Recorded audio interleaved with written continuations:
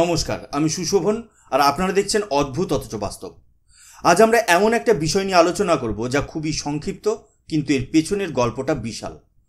খবরটা হলো পাকিস্তান এবং আফগানিস্তানের মধ্যেকার ক্রমবর্ধমান সংঘাত নিয়ে ভারত তার বিদেশ মন্ত্রকের মাধ্যমে একটি অত্যন্ত কঠোর এবং স্পষ্ট বিবৃতি জারি করেছে। আপনারা হয়তো ভাবছেন একটা বিবৃতি তো, এতে এত আলোচনার কি আছে? কিন্তু বন্ধু, কূটনীতিতে প্রত্যেকটা শব্দ মাপা জোখা হয়। আর ভারতের এই বিবৃতি কোনো সাধারণ বিবৃতি নয়, এটা পাকিস্তানের কফিনে ঠোকা একটা নতুন পেরেক। এটা শুধু একটা প্রতিক্রিয়া নয়, এটা ভারতের বদলে যাওয়া বিদেশ নীতির এক জ্বলন্ত উদাহরণ। আর আমরা এই বিবৃতির চুলচেরা বিশ্লেষণ করব এবং বোঝার চেষ্টা করব কেন ভারতের এই এক চালে ইসলামাবাদের বড় বড় কর্তাদের রাতের ঘুম হারাম হয়ে গেছে। চলুন গভীরে প্রবেশ করা যাক। এই পুরো ঘটনার সূত্রপাত হয় পাকিস্তানের প্রতিরক্ষামন্ত্রী খাজা আসিফের একটা মন্তব্য দিয়ে। আফগানিস্তানের তালিবান সরকারের সাথে যখন তাদের সীমান্তে সংঘাত চরমে ওঠে, তখন তিনি অভিযোগ করেন যে তালিবান নাকি ভারতের হয়ে পাকিস্তানের বিরুদ্ধে একটি প্রক্সি ওয়ার বা ছায়াযুদ্ধ লড়ছে। অর্থাৎ ভারতের ইশারায় তালিবান নাকি পাকিস্তানকে আক্রমণ করেছে। কথাটা শুনে আপনারা হাসি পাচ্ছে না? ভূতের মুখে রাম নামের মতো শোনায় না? যে পাকিস্তান গত 40 বছর ধরে ভারতের বিরুদ্ধে সন্ত্রাসবাদকে নিজেদের বিদেশ নীতির অংশ বানিয়ে রেখেছে, যে পাকিস্তান হাজার হাজার নিরীহ ভারতবাসীর রক্ত ঝরিয়েছে ছায়াযুদ্ধের মাধ্যমে, আজ সেই পাকিস্তান অন্যের বিরুদ্ধে প্রক্সি ওয়ারের অভিযোগ আনছে। এটা ঠিক সেই রকম যেমন ওসামা বিন লাদেন শান্তির জন্য নোবেল পুরস্কারের দাবি করছে। খাজা আসিফকে আজ গোটা বিশ্ব প্রশ্ন করতে চাই, আপনারা যখন আমেরিকার থেকে বিলিয়ন বিলিয়ন ডলার নিয়ে আফগানিস্তানে আমেরিকার স্বার্থসিদ্ধি করেছিলেন, সেটা কোন যুদ্ধ ছিল?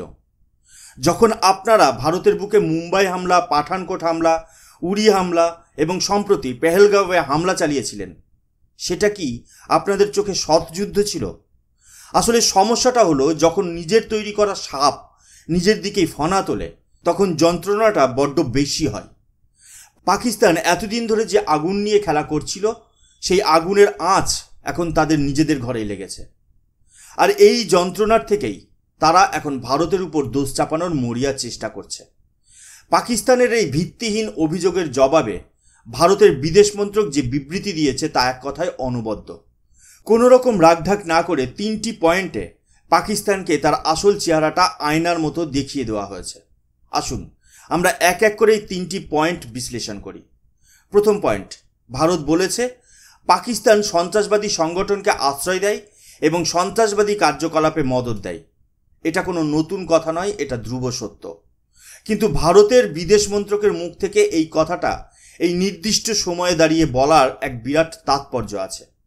ভারত গোটা বিশ্বকে মনে করিয়ে দিচ্ছে যে আজ পাকিস্তান যে সমস্যার সম্মুখীন, তার জন্মদাতা সে নিজেই। তেহরিকি তালিবান পাকিস্তান হোক বা অন্য কোনো সংগঠন, এদের সবাইকে একসময় পাকিস্তানি ভারতের বিরুদ্ধে ব্যবহারের জন্য দুধ কলা দিয়ে পুষেছিল। আজ তারাই পাকিস্তানের জন্য ভস্মাসুর হয়ে উঠেছে। দ্বিতীয় পয়েন্ট, ভারত বলছে নিজের অভ্যন্তরীণ ব্যর্থতা ঢাকার জন্য প্রতিবেশীদের দোষারোপ করা পাকিস্তানের পুরনো অভ্যাস। এটা 100% সত্যি। পাকিস্তানে যখনই অর্থনৈতিক সংকট, রাজনৈতিক অস্থিরতা বা আইন শৃঙ্খলার অবনতি হয়, তখনই তাদের সরকার এবং সেনা নিজেদের ব্যর্থতা ঢাকতে ভারত বিরোধী জিগির তোলে। এটা তাদের পরীক্ষিত ফর্মুলা। এবার সেই তালিকায় আফগানিস্তানও যুক্ত হয়েছে। ভারত এই পয়েন্টের মাধ্যমে পাকিস্তানের ক্রেডিবিলিটিকেই প্রশ্নের মুখে তুলে দিয়েছে।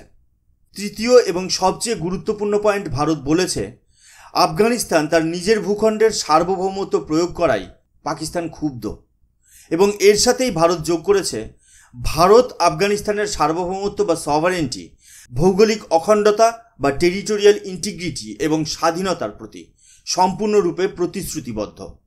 বন্ধু, এই শেষ লাইনটি হলো আসল ব্রহ্মাস্ত্র। কূটনীতির ভাষায় এর থেকে শক্তিশালী বার্তা আর কিছুই হতে পারে না। যখন পাকিস্তান আফগানিস্তানের সার্বভৌমত্বকে চ্যালেঞ্জ করছে, ডুরান্ড লাইনকে কেন্দ্র করে তাদের সীমান্তে গোলাবর্ষণ করছে, ঠিক সেই মুহূর্তে দাঁড়িয়ে ভারত আফগানিস্তানের পাশে থাকার বার্তা দিচ্ছে। এর সোজা মানে হলো, ভারত আফগানিস্তানকে বলছে আফগানিস্তান একটি স্বাধীন দেশ, সে তার সিদ্ধান্ত নিজে নেবে তোমার খবরদারি আমরা বরদাস্ত করব না। এটা পাকিস্তানের গালে একটা সপাটে চর। কারণ পাকিস্তান এতদিন ভেবে এসেছিল যে আফগানিস্তান তাদের স্ট্র্যাটেজিক ব্যাকইয়ার্ড, তারা যা বলবে কাবুল তাই শুনবে।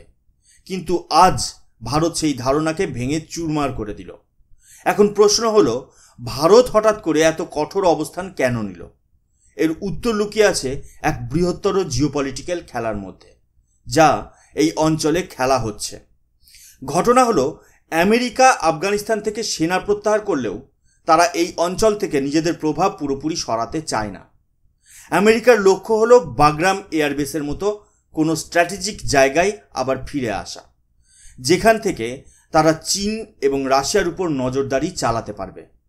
আর এই কাজে আমেরিকা ব্যবহার করতে চাইছে তার পুরনো গোলাম পাকিস্তানকে। এমনটা মনে হচ্ছে যে পাকিস্তান আমেরিকার ইশারাতেই তালিবান সরকারের উপর চাপ সৃষ্টি করছে, যাতে তালিবান দুর্বল হয়ে পড়ে এবং আমেরিকাকে আবার আফগানিস্তানে ঢোকার সুযোগ করে দেয়।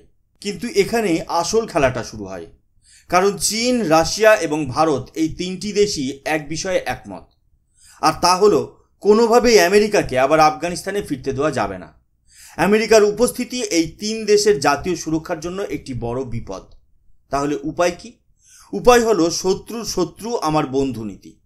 যদি পাকিস্তান আমেরিকার হয়ে তালিবানকে দুর্বল করার চেষ্টা করে, তাহলে চীন, রাশিয়া এবং ভারতের স্বাভাবিকভাবেই তালিবানকে শক্তিশালী করা উচিত, যাতে তারা পাকিস্তানের চাপ প্রতিহত করতে পারে।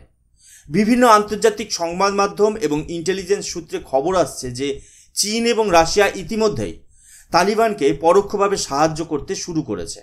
শোনা যাচ্ছে চীন নাকি কার্গো প্লেনে করে স্মল আর্মস এবং গোলাগুলি পাঠিয়েছে তালিবানকে।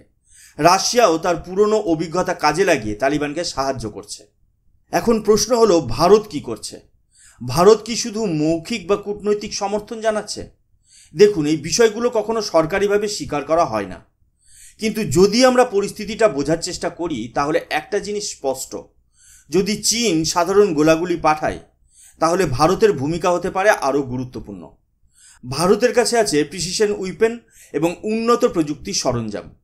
কিছুদিন আগে পেশোয়ারের একটি বিল্ডিংয়ের দোতলায় একটি অত্যন্ত নিখুঁত ড্রোন হামলা হয়েছিল, যার পরে পাকিস্তানি সেনা যুদ্ধবিরতির জন্য আবেদন করতে বাধ্য হয়।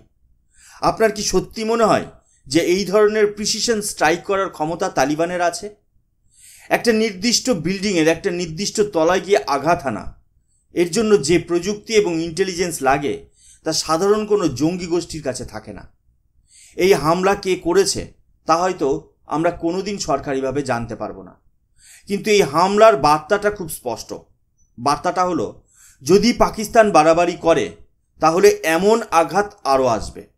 আর এই আঘাত আনার ক্ষমতা কার কার আছে সেটা আপনারা সবাই জানেন। ভারত আজ আর সেই পুরনো ভারত নেই যে শুধু মার খেয়ে যাবে।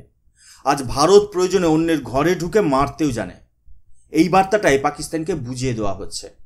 India is ensuring that Pakistan gets a taste of its own medicine. আপনারা একবার পাকিস্তানের অবস্থাটা কল্পনা করুন। তাদের পূর্ব সীমান্তে ভারত দাঁড়িয়ে আছে, যারা এখন আগের চেয়ে অনেক বেশি শক্তিশালী এবং আক্রমণাত্মক। আর তাদের পশ্চিম সীমান্তে এখন আফগানিস্তান, যারা আর তাদের কথাই চলে না এবং প্রয়োজনে পাল্টা জবাব দিতেও সক্ষম। অর্থাৎ পাকিস্তান কার্যত একটি টু ফ্রন্ট ওয়ার পরিস্থিতির মাধ্যমে আটকে পড়েছে। এর সাথে যোগ করুন তাদের অভ্যন্তরীণ সংকট। একদিকে তেহরিকি তালিবান পাকিস্তান গোটা দেশে আত্মঘাতী হামলা চালাচ্ছে, অন্যদিকে বালুচিস্তানে বিদ্রোহের আগুন জ্বলছে। দেশের অর্থনীতি ভেঙে পড়েছে, মানুষ দুবেলা খেতে পাচ্ছে না, রাজনৈতিক অস্থিরতা চরমে। এই পরিস্থিতিতে পাকিস্তান ভেবেছিল আমেরিকা তাদের বাঁচাবে, কিন্তু তারা ভুলে গেছে যে আমেরিকা একটি অত্যন্ত ট্রানজেকশনাল দেশ। আমেরিকা কারো বন্ধু নয়, আমেরিকা শুধু নিজের স্বার্থ বোঝে। আর যদি আমেরিকা দেখে যে পাকিস্তানকে দিয়ে তাদের কাজ হচ্ছে না, বরং বালুচ বিদ্রোহীরা তাদের স্বার্থ রক্ষা করতে বেশি সক্ষম, তাহলে আমেরিকা এক মুহূর্তের মধ্যে পাকিস্তানের হাত ছেড়ে বালুচদের হাত ধরবে। আমেরিকা হয়তো বালুচদের বলবে, তোমরা তোমাদের খনিজ সম্পদ ভারতকে বিক্রি করো, আমরা ভারত থেকে কিনে নেব, কারণ ভারতের কাছে সেই সম্পদ রিফাইন করার প্রযুক্তি আছে। সুতরাং পাকিস্তান আজ চতুর্দিক থেকে ঘেরা। তাদের তথাকথিত অল ওয়েদার ফ্রেন্ড চীনও তাদের উপর ক্ষুব্ধ, কারণ সিপিইসি প্রকল্পে চীনা নাগরিকদের উপর বারবার হামলা হচ্ছে। এক কথায় পাকিস্তান আজ বিশ্বমঞ্চে প্রায় একঘরে এবং একা।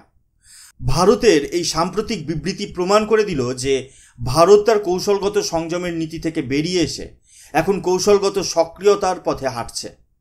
ভারত এখন আর ঘটনার প্রতিক্রিয়ার জন্য অপেক্ষা করে না, বরং ঘটনাকে নিজের অনুকূলে চালনা করার ক্ষমতা রাখে।